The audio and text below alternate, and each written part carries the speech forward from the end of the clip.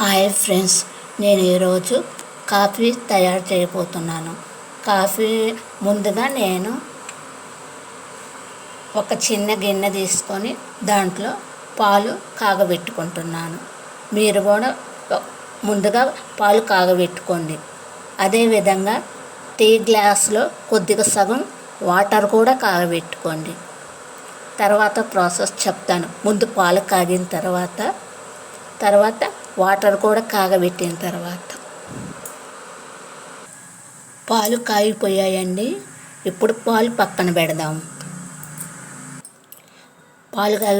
పాలు కాగిపోయాయి కాబట్టి పాలను పక్కన పెట్టాను. ఇప్పుడు టీ గ్లాసులో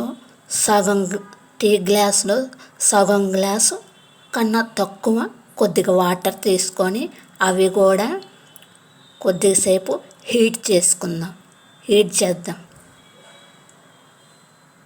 ఇప్పుడు వాటర్ కూడా హీట్ అయిపోయాయి. ఇప్పుడు ఈ వాటర్ కూడా హీట్ అయిపోయాయి కదా. హీట్ అయిన టీ గ్లాసులో సగం వాటర్ హీట్ చేశాను కదా. హీట్ అయిన వాటర్లో 3 స్పూన్ల షుగర్ వేసుకుందాం.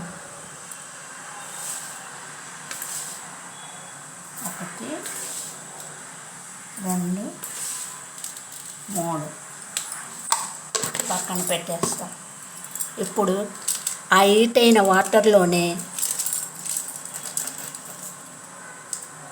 కొద్దిగా బ్రూ వేసుకుందాం.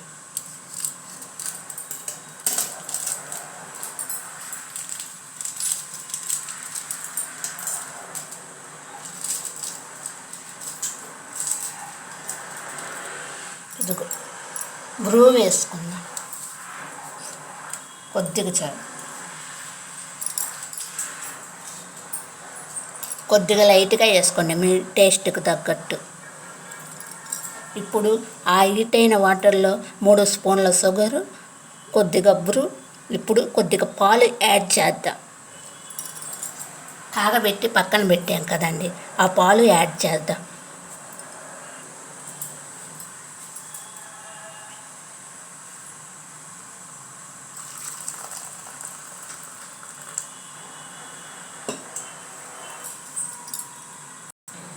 ఆ గిన్నెలో ఉన్న పాలు, బ్రూ, షుగరు మొత్తం కలిసే విధంగా గ్లాసులోకి గిన్నెలోకి కలదిప్పుకుందాం.